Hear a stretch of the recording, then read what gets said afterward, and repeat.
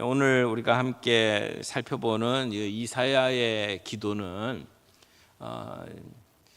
이스라엘 백성들이 바벨론의 포로로 끌려가서 절망적인 상태에 놓여 있는 것을 바라보면서 드리는 기도입니다. 절망이다라고 하는 그 표현이 사실 끔찍하죠. 절망이라고 하는 것은 소망이 없는 상태죠. 소망이 끊긴 상태. 절망적인 상태가 되면 우리 안에 두려움, 또 상처, 수치심, 열등감, 불안감, 죄책감, 이런 모든 그 내면에 있는 상처, 찌꺼기, 아픔, 이런 것들이 다 저수지처럼 한 곳에 모이게 되는 상태다, 이렇게 말할 수 있습니다. 그렇게 되면 부정적인 생각, 부정적인 감정으로 가득 차버리죠. 그래서 절망이 우리를 사로잡으면 마치 늪에 빠진 것과 같다, 그렇게 말할 수 있습니다. 늪에 빠지면 스스로 그 늪에서 빠져나오기 위해서 허우적대고, 그리고 아무리 용을 써도 점점 더 늪에 빠져들 뿐이에요. 늪에 빠져서 그 허우적거리는 사람을 건져내려면 바깥에서 누군가가 단단히 묶여진 밧줄을 잡고 나뭇가지를 잡고 그렇게 해야만 간신히 빠져나올 수가 있습니다. 우리가 절망의 늪에서 빠져나오려면 희망을 붙잡아야 합니다. 희망이 하나님이 우리에게 던져주시는 밧줄이다, 아마 그렇게 말할 수 있을 겁니다. 키에르케고르가 절망에 관해서 이런 말을 했죠. 절망은 어떤 병보다도 지독한 죽음에 이르는 병이다, 이렇게 이야기를 했습니다. 근데 문제는 우리 믿는 성도들이 가끔 이런 절망적인 상황 속에 놓일 때가 있다는 겁니다. 우리에게 다가오는 현실적인 무게가 너무 무거워서 예측하지 못했던 사고가 우리에게 일어나서, 또 내가 해결할 수 없는 갈등과 그 아픔에 직면해서 우리에게 이런 절망이라고 하는 것이 내 앞에 놓여 있을 때가 있다라고 하는 겁니다. 여러분, 이스라엘 백성들이 바벨론의 포로로 끌려갔을 때의 상황이 아마 이와 같지 않았을까요? 예루살렘 성전은 다 불타고, 그리고 많은 사람들이 처참하게 죽고, 그리고 살아남은 사람들은 손에 밧줄에 묶여서 그래서 포로로 끌려가고, 하나님의 심판을 받아서 바벨론에 멸망당해서 그곳에 끌려가 있는 사람들의 상황, 아마 절망이라는 표현으로 설명할 수밖에 없을 겁니다. 그런데 오늘 이사야가 지금 하고 있는 기도의 내용을 보면 그 처참한 상황, 절망적인 상황 속에서 희망을 노래하고 있어요. 희망을 가지고 기도하고 있어요. 무너져 내려버린 예루살렘, 그리고 포로로 끌려와 있는 절망적인 그러한 상황 가운데에서도 다시 예루살렘으로 귀환할 것을 바라보면서 하나님께 올려드리는 기도가 오늘 기도예요. 그래서 이사야 선지자가 했던 기도를 살펴보면서 정말 우리의 삶 속에 때때로는 우리의 마음이 무너져 내리고 절망적인 상황이 닥친다 할지라도 그 가운데 어떻게 우리가 딛고 일어설 수 있는지를 배울 수 있다고 생각을 합니다. 우리가 우리의 삶 속에 정말 내가 무기력하고 내가 절망적인 어떤 상황에 놓여 있을 때 우리는 어떻게 기도해야 합니까?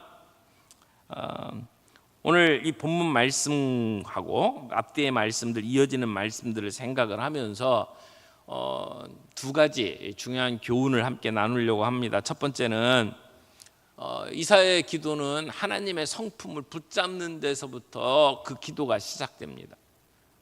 하나님의 성품을 붙잡는 데부터 기도해요. 그러니까 우리의 기도도 하나님의 성품을 붙잡는 데부터 시작을 해야 된다, 그렇게 말할 수가 있습니다. 낙심된 우리의 마음, 그리고 절망적인 상황, 이런 것들이 우리의 가슴을 이렇게 사로잡으면 우리는 때때로 내 한탄, 내 절박한 그러한 상황들만 가지고 하나님 앞에 나아갈 때가 많습니다. 물론 우리가 절망적인 상황 속에서 아무것도 할 수 없는 상황 속에서 애끓는 기도를 할 때에도 하나님은 우리의 기도를 들어주십니다. 한나가 분인나와 깊은 갈등 속에 있을 때 성전에 나와서 마치 술 취한 사람이 그 소리를 지르는 것처럼 하나님 앞에 괴로워서 통곡하면서 기도했죠. 근데 하나님께서 그 한나의 기도에 응답하시고, 그래서 가서 먹고 다시는 그 얼굴에 근심빛이 없었더라 라고 이야기를 할 정도로 그는 기도의 응답을 받았습니다. 히스기야 왕이 자기가 죽게 된다는 사실을 선지자를 통해서 알게 된 후에 하나님 앞에 통곡하고 기도하면서 나아갈 때에 하나님께서 그의 기도를 응답하시고 그 이후에 15년이나 더 사는 그러한 복을 누렸습니다.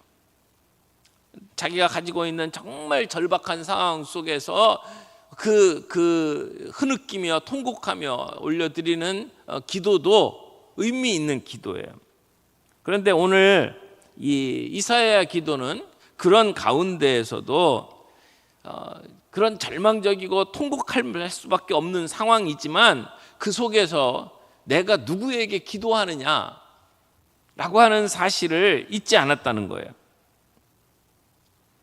이사야서는 미니 바이블이라고 이렇게 표현하잖아요. 66장까지 있어요. 성경이 66권 있는 것처럼 66장이죠. 그래서 앞에 1장부터 39장까지는 구약적인 그러한 분위기를 보여주고 40장에서 66장까지는 신약적인 분위기를 가지고 있다, 이렇게 얘기를 하죠. 그래서 1장부터 39장까지는 하나님의 심판을 막 외칩니다. 그런데 그 뒤에 이제 40장부터는 그 심판 가운데에서 다시 회복하시는 하나님의 은혜의 역사를 기록을 하고 있죠. 그러니까 오늘 63장은 그 뒷부분, 이사야서의 뒷부분 중에서도 63장이니까 정말 뒷부분이죠. 그런 가운데 지금 그 포로로 끌려가서 좀 그 힘든 그러한 상황들을 그 미래 속에, 그 예언 속에서 바라보는 이 이사야가 그 가운데에서도 소망을 가지고 하나님을 향해서 지금 나아가는데, 그런데 이 63장은 하나님께서 이 이스라엘의 또 다른 원수라고 이야기하는 그 에돔이나 또 다른 원수들을 물리치시고 개선장군으로 돌아오시는 그러한 장면을 보여주면서 시작이 돼요. 그래서 63장 1절에는 그 아주 무서운 두려운 모습으로 나타나시는 그 하나님께서 에돔과 모든 주변의 원수들을 무찌르시고 개선장군으로 돌아오는 장면을 보여주고 포도주 틀을 짓밟는 것 같은 그러한 심판의 대상을 하나님께서 친히 이제 심판하실 것이다 라고 하는 것을 보여주면서 이야기가 시작돼요. 하지만 이스라엘 백성은 아직 어떤 상황이냐면 절망적인 그러한 상황이라는 거죠. 그 절망적인 상황을 여러분 18절 19절에 선지자가 이렇게 한탄합니다. 18절 19절 보겠습니다. 주의 거룩한 백성이 땅을 차지한 지 오래지 아니하여서, 이건 가나안 땅을 차지한 지 오래되지 않아서 주의 원수가 주의 성소를 유린하여 싸우니, 그 얘기는 뭐예요? 바벨론에 의해서 이스라엘 백성들이 무너졌다는 거예요. 그래서 예루살렘 성전이 회파되었어요. 자, 19절, 우리는 주의 다스림을 받지 못하는 자 같으며 주의 이름으로 일컬음을 받지 못하는 자 같이 되었나이다. 끔찍한 상황에 지금 살아가고 있다는 거죠. 다른 나라의 속국이 되었고 사람들은 포로로 다 끌려갔고, 우리나라가 일제시대에 고통당했던 그러한 모습보다 더 끔찍한 모습으로 사람들은 다 줄줄이 이 손에 이렇게 밧줄을 메고, 그리고는 포로로 다른 나라로 끌려가 가지고 거기서 노역을 하면서 살고 있는 그러한 상황이 된다라는 것이죠. 그래서 우리는 주님의 다스림을 받지 못한 자 같이 되었다. 우리는 버림받은 자처럼 살아간다라고 지금 고백을 하는 거예요.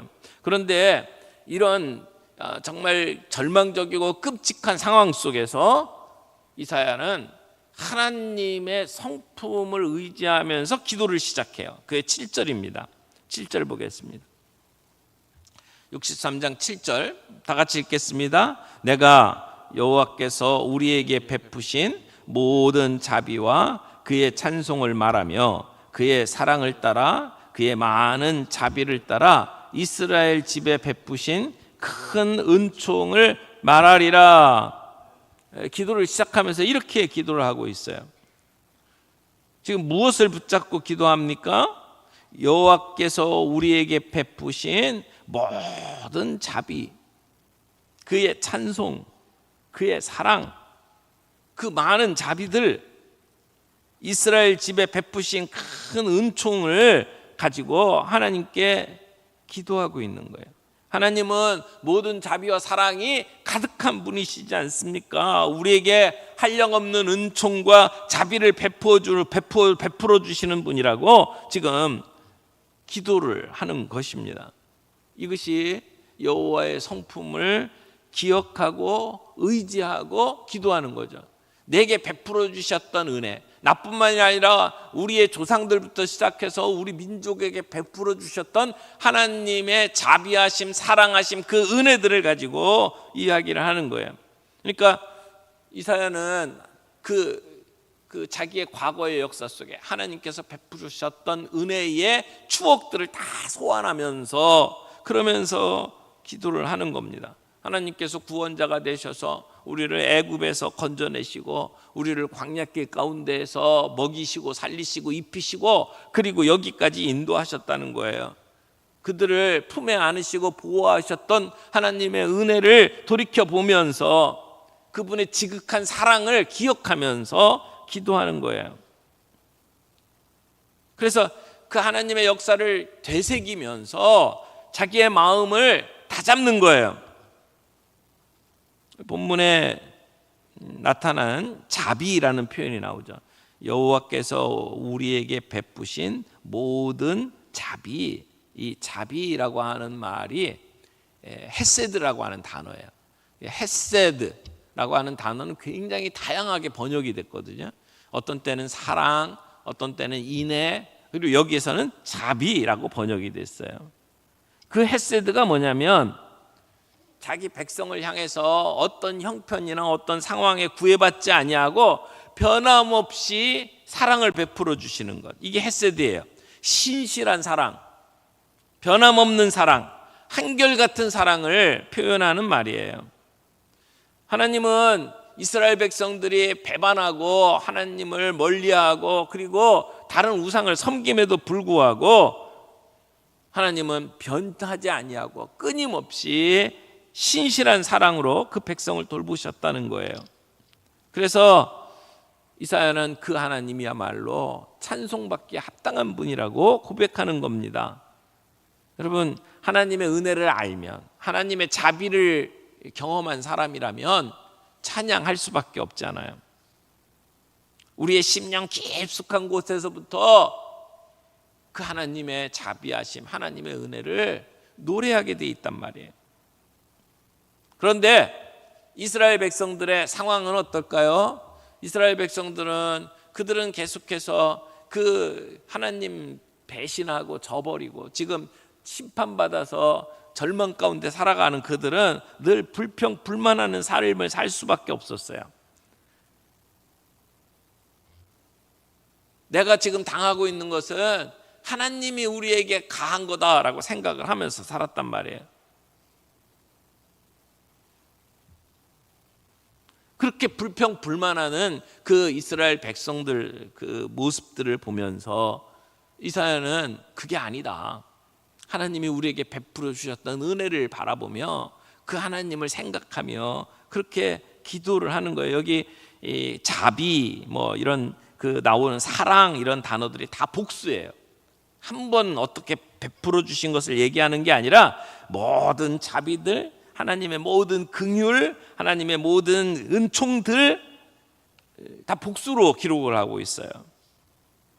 그러니까 한 번이 아니라는 거예요. 계속해서 끊임없이 우리에게 있었던 일들을 가지고 이야기를 하는 거예요. 여러분, 이스라엘 백성들이 하나님의 자비, 사랑을 받은 게 어디 한 번, 두 번입니까? 광야 40년을 지내오는 동안 그들이 먹고 입고 살았던 모든 그 삶의 모습들이 하나님의 은혜 아니었습니까? 하나님께서 이스라엘 백성의 왕을 허락하시고 사울, 다윗, 솔로몬을 거쳐서 이렇게 내려오는 모든 과정 속에서도 하나님은 그들에게 얼마나 많은 자비를 베푸셨습니까? 그래서 그 과거 역사 속에 하나님의 은혜를 되돌아보면서 하나님이 우리에게 어떠신 분인지, 하나님 사랑의 하나님, 하나님은 자비의 하나님, 하나님은 우리를 결코 놓치지 아니하고 끊임없이 변하지 않고 우리를 붙드시는 하나님, 그 하나님의 성품들을 생각을 하는 거예요. 여러분, 그 하나님을 경험한 사람들은 거기에 자기 나름대로의 경험을 가지고 이름을 붙이잖아요. 다윗은 목동으로 양떼를 돌보는 가운데 하나님이 마치 나의 목자구나라고 느꼈기 때문에 하나님은 나의 목자시니 내게 부족함이 없으리로다 라고 노래를 했잖아요. 자기의 경험 속에서 나타난 하나님을 노래하는 거예요. 다윗은 사울의 칼날을 피해서 광야로 도망갈 수밖에 없었어요. 아무것도 없는 광야, 돌밖에 없는 광야. 그런데 사울의 그 군사들을 피해서 그 돌 틈 속에 숨어 있고, 그리고 높은 산 위 꼭대기 바위 위에 숨어 있고, 그런 경험을 가지고 여호와는 나의 반석이시오, 여호와는 나의 요새시오, 여호와는 나의 산성이시오, 그렇게 노래를 했던 거예요. 자기의 경험을 가지고 표현하는 것들이. 여러분, 우리에게 하나님의 베푸신 은혜들을 돌이켜보면서 하나님은 어떤 분이십니까? 그 하나님의 성품, 하나님에게 붙일 수 있는 이름은 무엇입니까? 그걸 붙잡고 기도하라는 거예요. 우리의 형편과 처지를 쏟아놓으며 통곡하며 드리는 기도도 하나님이 들어주시지만, 정말 하나님이 기뻐하시는 기도는 하나님이여 우리의 삶 속에 어떤 분이었는지를 기억하며, 하나님 이렇게 나를 도와주셨지, 하나님 이럴 때 나에게 이렇게 은혜를 베푸셨지, 그래서 하나님은 이런 분이십니다, 하나님은 이런 분이십니다라고 고백하면서 하나님 앞에 나아가는 기도, 그 기도가 능력 있는 기도라는 거예요. 여러분, 여러분의 기도는 어떻습니까? 기도를 하면서도 여전히 내 상황 속에 빠져 있고 내 감정에 염려해 가지고 그래서 불안해하고 염려하면서 혹시 기도하지 않습니까? 내 감정에만 충실한 기도가 아니라 하나님의 성품에 기초한 기도, 하나님이 지금까지 내 인생에 어떻게 역사해 오셨는지를 살펴보면서 그 선하신 하나님, 인자하신 하나님, 그 하나님의 이름을 부르면서 하나님 앞에 기도하는 저희가 되기를 바랍니다. 예루살렘의 모든 성전이 회파된 그러한 상황, 포로로 끌려간 절망적인 참혹한 상황 속에서도 이사야는 절망과 근심으로만 기도하는 것이 아니라 영원토록 변함없으신 하나님의 자비하심에 근거해서, 그들을 끔찍히 사랑하셨던 하나님의 사랑에 근거해서 지금 이 기도를 드리는 거예요. 우리도 그렇게 기도할 수 있으면 참 좋겠습니다. 또 하나, 이 이사야의 기도를 통해서 우리가 배우고 싶은 것은, 이 절망과 위기 속에서 이사야는 하나님께 다시 돌아와 주십시오 라고 기도합니다. 다시 돌아오시기를 간구하는 기도, 이게 선지자 이사야의 기도예요. 17절 보세요. 17절 다 같이 읽겠습니다. 여호와여, 어찌하여 우리로 주의 길에서 떠나게 하시며 우리의 마음을 완고하게 하사 주를 경외하지 않게 하시나이까? 원하건대 주의 종들 곧 주의 기업인 지파들을 위하사 돌아오시옵소서. 예, 여기 보면 돌아오시옵소서라고 기도를 하는데 그 앞에 보면 이렇게 얘기를 하죠. 어찌하여 우리로 주의 길에서 떠나게 하시고 우리의 마음을 완고하게 하사 주를 경외하지 않게 하시나이까. 이 얘기는 뭐예요? 선지자가 뭐라고 지금 하나님께 탄식하고 항변하냐면 하나님이 우리를 주의 길에서 떠나게 만드셨대요. 우리의 마음을 완고하게 만드셨대요. 그래서 우리를 주를 경외하지 못하도록 만들었대요. 아니, 그게 하나님이 그렇게 만드신 건가요? 이스라엘 백성들이 하나님을 배신하고 떠난 것 아닌가요? 근데 이사야는 왜 이렇게 기도할까요? 우상 숭배하며 하나님을 떠나고 죄악의 길을 걸어갔던 자기들의 죄는 생각하지 않고 왜 하나님이 그렇게 만들었다고 지금 이야기를 할까요? 그런데요, 성경에 보게 되면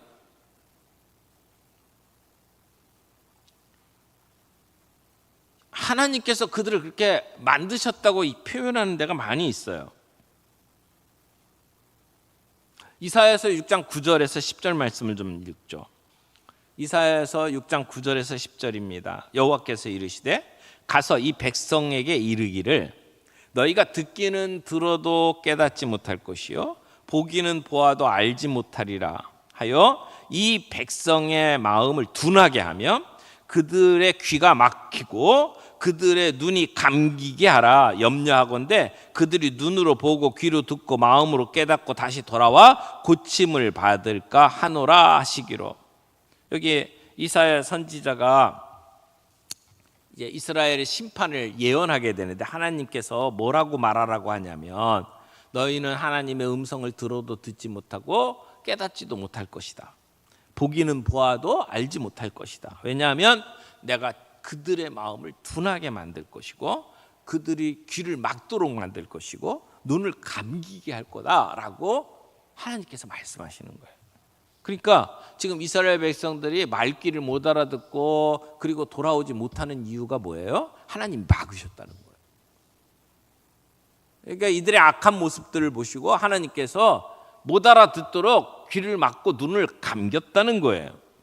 하나님의 심판이라는 거예요. 그러므로 그들이 하나님께 돌아올 수 있는 길은 뭐예요? 하나님이 눈을 뜨게 만들고 귀를 열어주셔야 된다는 거예요.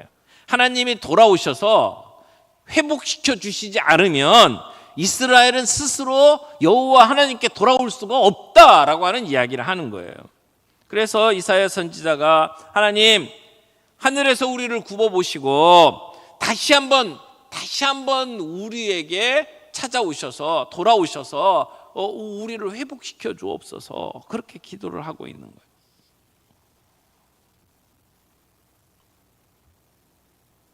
예수님께서도 요한복음 12장에 이 이사야의 말씀을 인용을 하면서 이렇게 이야기를 했어요. 요한복음 12장 39절에 보면 그들이 능히 믿지 못한 것은 이 때문이니 곧 이사야가 다시 일렀을 때 40절 그들의 눈을 멀게 하시고 그들의 마음을 완고하게 하셨으니 이는 그들로 하여금 눈으로 보고 마음으로 깨닫고 돌이켜 내게 고침을 받지 못하게 하려 함이라 하였습니다. 여기 보면 믿지 못한 것, 그 다음에 다시 마음으로 돌이켜 그 고침을 받지 못한 것은 하나님이 그들을 심판하셔서 그들을 그렇게 완고하게 두셨다는 거예요. 그러므로 여러분 우리의 마음속에 하나님의 음성이 하나님의 음성으로 받아들여지지 않는 이유가 뭐예요? 하나님의 음성이 사라진 게 아니에요. 하나님이 말씀하시는데도 불구하고 내 귀에 하나님의 음성이 안 들리도록 하나님이 내 귀를 막으셨다는 얘기거든요. 그러면 내가 아무리 들으려고 해도 들을 수가 없어요. 어떻게 해야 돼요? 하나님이 오시는 수밖에 없어요. 하나님의 임재가 필요해요. 하나님이 오셔서 우리의 귀를 열어주시고 우리의 눈을 보여주셔야 된다는 거죠.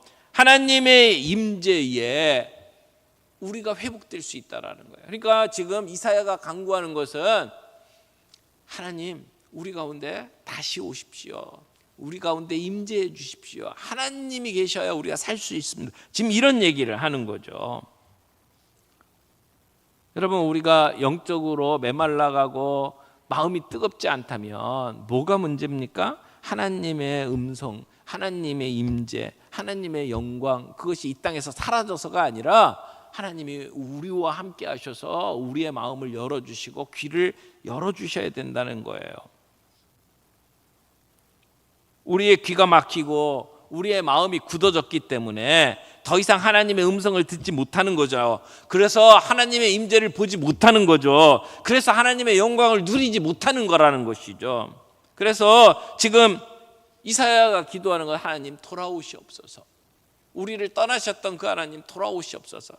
우리가 하나님을 배반하고 너무 하나님 말고 다른 우상을 섬기며 하나님의 마음에 상처를 주었기 때문에 하나님께서 지금 우리를 떠나셨고 우리의 마음을 완고하게 만드셨다는 거예요. 그래서 하나님 다시 돌아오시옵소서 이렇게 기도를 하고 있는 거예요. 그러니까 우리가 회복될 수 있는 길은 하나님이 다시 돌아오시는 겁니다. 그래서 우리에게 그 음성이 들리게 만드시고 하나님의 임재를 보게 만드시고 하나님의 영광을 보게 만드시는 것이어야 한다는 거죠. 그때 우리는 진짜 회복될 수 있다라고 하는 것입니다. 사랑하는 성도 여러분, 우리가 절망적인 상황 가운데 놓였을 때 간구해야 될 것은 하나님이어야 된다는 거예요. 하나님이 오셔서 우리 가운데 임재하시고 하나님이 우리의 마음을 어루만지시고 우리의 눈을 여시고 우리의 귀를 열어주시면 우리는 회복될 수 있다라고 하는 것이죠. 그래서 하나님이 지금까지 우리에게 베푸신 은혜를 생각하며 하나님의 성품을 붙잡고 기도하면서 그 하나님을 내가 다시 만나기를 원합니다. 주님, 우리 가운데 다시 돌아오시옵소서. 그래서 우리의 마음을 어루만져 주시고 우리의 눈을 열어주시고 우리의 귀를 열어주옵소서. 우리 가운데 주님 함께해 주옵소서. 우리를 버리지 말아 주옵소서. 그렇게 기도하며 나아갈 때에 우리는 그 절망 가운데 다시 일어설 수 있다라는 거예요. 도종환 시인이 담쟁이라고 하는 시를 썼는데요. 제가 그 시를 읽으면서 그거구나 이렇게 가슴을 치면서 생각을 했어요. 제가 그 시를 한번 읽어드릴게요. 담쟁이 아시죠? 담쟁이. 저것은 벽. 어쩔 수 없는 벽이라고 우리가 느낄 때 그때 담쟁이는 말없이 그 벽을 오른다.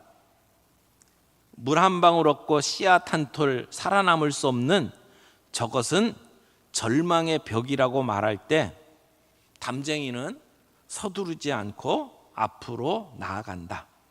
한 뼘이라도 꼭 여럿이 함께 손을 잡고 올라간다.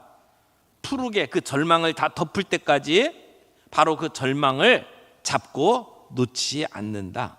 저것은 넘을 수 없는 벽이라고 고개를 떨구고 있을 때 담쟁이 잎 하나는 담쟁이 잎 수천 개를 이끌고 결국 그 벽을 넘는다.